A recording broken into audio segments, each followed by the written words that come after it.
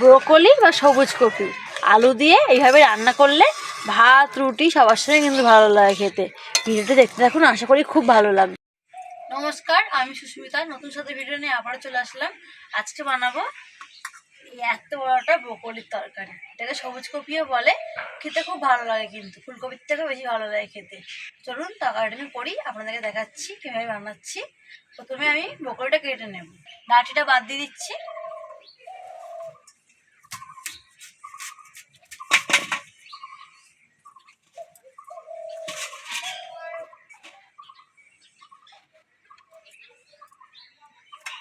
ছোট ছোট কেটে নেবো এর থেকে।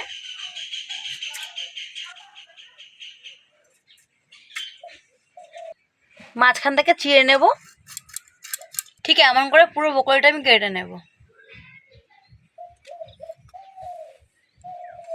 পুরো ব্রোকলিটা আমার কাটা হয়ে গেছে।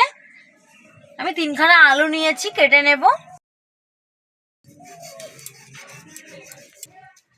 নতুন আলুর খোসাটা ছাড়িয়ে নিচ্ছি, খুব সহজেই কিন্তু ছাড়ানো হয়ে যায়। বটির উল্টো দিকে একটু ডলা দিলে কিন্তু উঠে যাবে, সহজে কিন্তু উঠে যাচ্ছে। দেখুন ডুমো করে কেটে নেব, এমন করে কেটে নিচ্ছি। ব্রোকলি আলুটা ভালো করে ধুয়ে নিয়ে এসেছি। এদিকে উনুন জ্বালিয়ে কড়া বসিয়ে দিয়েছি, কড়াটা ভালো করে গরম হয়ে গেছে। সর্ষের তেল দিয়ে দিচ্ছি, তেলটা ভালো করে গরম করে নেব। তেলটা গরম হয়ে গেছে, প্রথমে আলুগুলো ভেজে নেব।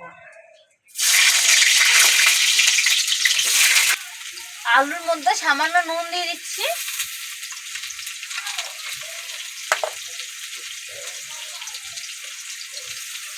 সামান্য হলুদ গুঁড়ো দিয়ে দিচ্ছি। আলুটাকে ভালো লাল লাল করে ভেজে নেব।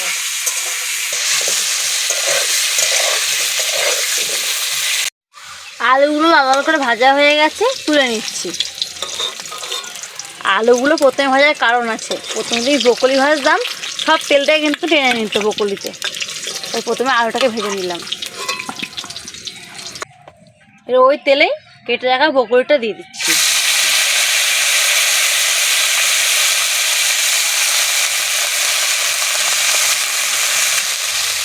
সামান্য নুন দিয়ে দিচ্ছি, সামান্য হলুদ গুঁড়ো দিয়ে দিচ্ছি। নুন আর হলুদটা দিয়ে ভালো করে ভেজে নেব ব্রোকলিগুলোকে।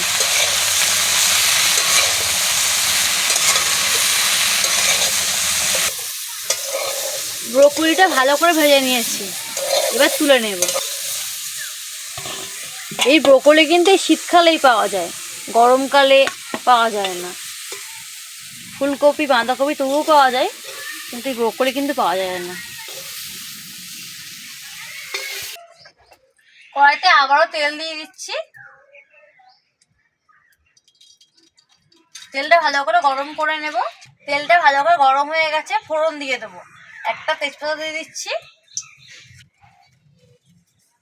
শুকনো লঙ্কা ফোড়নে দিয়ে দিচ্ছি, আর গোটা গরম মশলা। ফোড়নটা হালকা করে ভেজে নেব। ফোড়নটা ভালো করে ভাজা হয়ে গেছে, 2খানা পেঁয়াজ কেটে রেখেছি দিয়ে দিচ্ছি।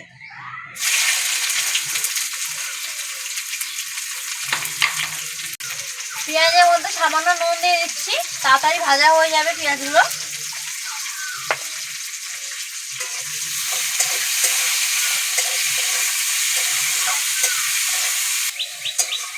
পেঁয়াজ ভাজতে ভাজতে এদিকে আদা রসুনটা বেটে নেব।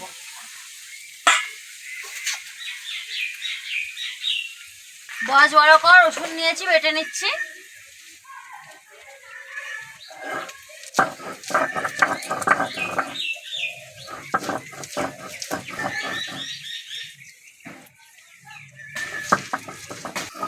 রসুনটা বাটা হয়ে গেছে, তুলে নিচ্ছি।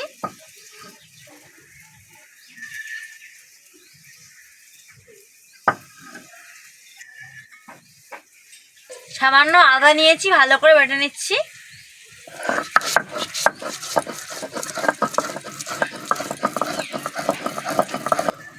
আদা বাটা হয়ে গেছে, তুলে নিচ্ছি।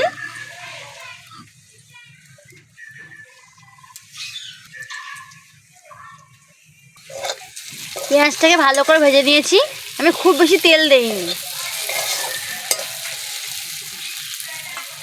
রসুন বাটাটা দিয়ে দিচ্ছি,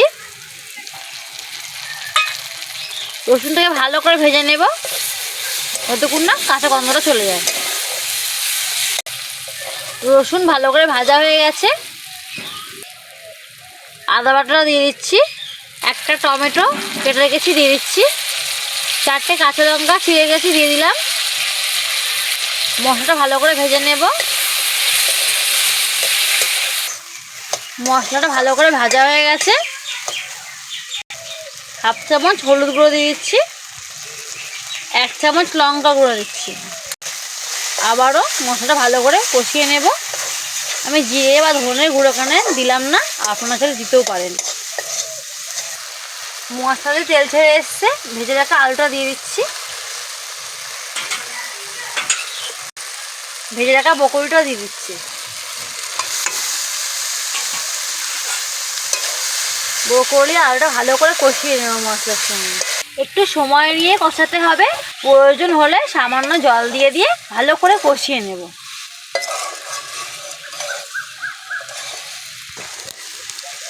ব্রোকলি আলুটাকে ভালো করে কষিয়ে নিয়েছি, মাঝে আমি 2বার জল দিয়ে দিয়েছিলাম অল্প অল্প করে। স্বাদ মতো নুন দিয়ে দেবো, ভালো করে একবার নেড়ে ছেড়ে নেব।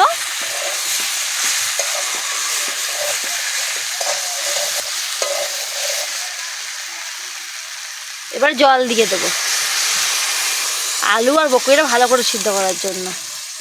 খুব বেশি জল দেওয়ার প্রয়োজন নেই।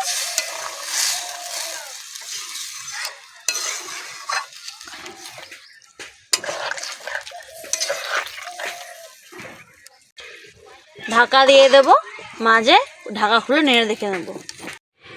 ঢাকা খুলে দেখে নেব, ব্রোকলি আর আলুটা ভালো করে সিদ্ধ হয়ে গেছে। বেশি ঝোল রাখবো না, একটু গায়ে বসা বসা হবে। গোটা গরম মশলা বেটে রেখে দিয়েছি দিয়ে দিচ্ছি। একবার এইভাবে ব্রোকলি বানিয়ে খাবেন, খুব ভালো লাগবে খেতে। ভিডিওটি ভালো লাগলে চ্যানেলটি সাবস্ক্রাইব করে পাশে থাকবেন।